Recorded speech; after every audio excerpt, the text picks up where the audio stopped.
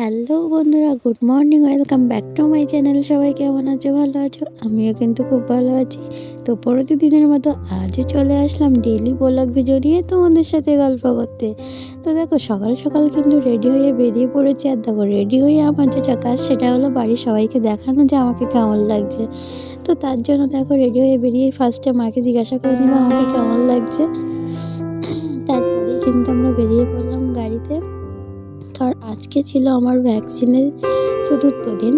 তো তার জন্য কিন্তু সকাল সকাল বেরিয়ে পড়া। তো এদিকে দেখো, যেতে যেতে দেখছি একটা সময় ছিল একদম পুরো ফসলে ভরা ক্ষেত, আর এখন দেখো সব ফসল কাটা হয়ে গেছে। গ্রাম অঞ্চলের এটাই হলো কাজ। তো দেখো বন্ধুরা, সকালের সৌন্দর্য একদমই আলাদা।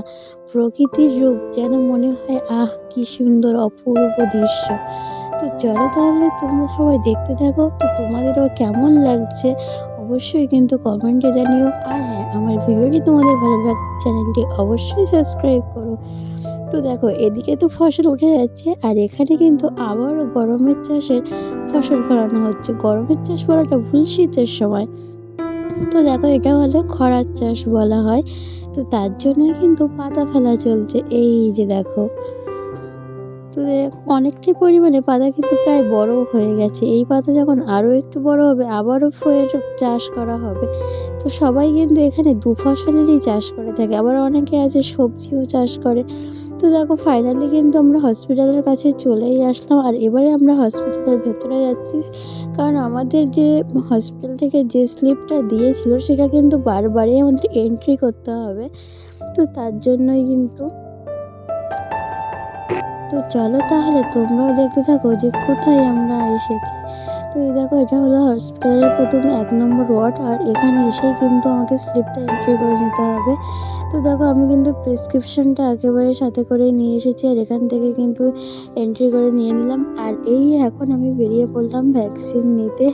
তো দেখো, আমাকে দেখে কিন্তু ভীষণই মনে হচ্ছে, কারণ ভয়ও প্রচুর পেয়েছিলাম। তো যাই হোক, ঠাকুরের নাম করে ভ্যাকসিনটা নিয়ে বেরিয়ে আসলাম। আর এসে দেখো একটু মার্কেটে চলে আসলাম। আর আমার অনেক দিনের ইচ্ছে ছিল যে আমার আগের সানগ্লাসটা নষ্ট হয়ে গেছে, তার জন্য আবারও একটা সানগ্লাস নেব। তো তার জন্য তোমাদের দাদাভাইকে নিয়ে চলে আসলাম। আর দেখো, একটা সানগ্লাসও নিয়েছি। তো আমার সাথে তোমাদের দাদাভাইয়ের এসে দাদাভাইয়েরই লাভ হয়েছিল, কারণ আমার সাথে সাথে তোমাদের দাদাভাইও একটা সানগ্লাস নিয়ে নিল। তো এখানে আমরা বেশ কিছুক্ষণ একটু আনন্দ করে দিলাম। তারপরে নিয়ে নিলাম একটু খাবার। এখান থেকে আমার ভীষণ চিপস খেতে ইচ্ছা করলো, তো আমি এখান থেকে একটু চিপস নিয়ে নিলাম। আর এই যে দেখতে পাচ্ছ বড় বড় কলা, তো ভাবছিলাম তো কলা নেব, কিন্তু আর নিলাম না, কারণ ওখান থেকে শুধুমাত্র চিপসই নিয়ে নিলাম।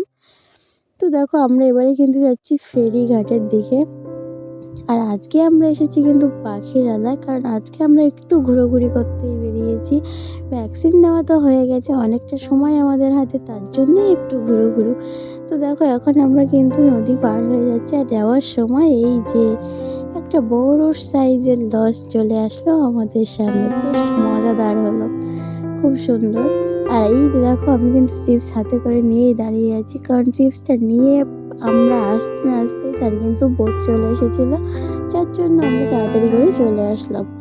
তো বন্ধুরা, তোমরা একটা জিনিস ফলো করেছো, নদীর জলের কালারটা একটু দেখো তোমরা, এই কালারটা কি সুন্দর। আর এখানে দেখো, রাস্তার মাঝখানে যে গাছটা দেখতে পাচ্ছ, দুই সাইড দিয়ে কিন্তু রাস্তা, কিন্তু মাঝখানে গাছ। এই গাছটা নাকি কাটলে নাকি অলৌকিক কোনো কিছু একটা ঘটে। যাই হোক, অতটা ভালো করে আমার জানা নেই, তবে শুনেছি হালকা, সেটুকুই তোমাদের বললাম। তো তার জন্য গাছটা কিন্তু কাটা হয় না।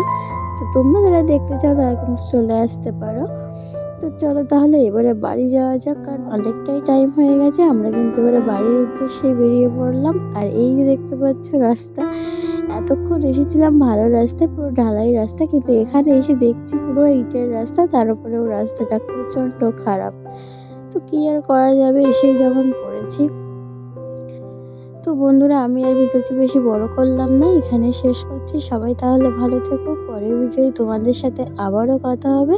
আর আমার এই ছোট্ট ভিডিওটি তোমাদের ভালো লাগলে চ্যানেলটি অবশ্যই সাবস্ক্রাইব করো। আর হ্যাঁ, কমেন্টে জানাবে কিন্তু তোমাদের কেমন লাগলো। তো তারপরে দেখো, আস্তে না আস্তে আমরা একটা ফুল বাগান দেখলাম, তো সেখানে একটু কিছুক্ষণ ফটো উঠে নিলাম। তারপরে ফাইনালি বাড়িতে চলে আসলাম। আর এসেই দেখো, আমার যেটা কাজ, বাড়িতে এসে আবারও মাকে ডাকা শুরু করে দিলাম। তো টাটা বন্ধুরা।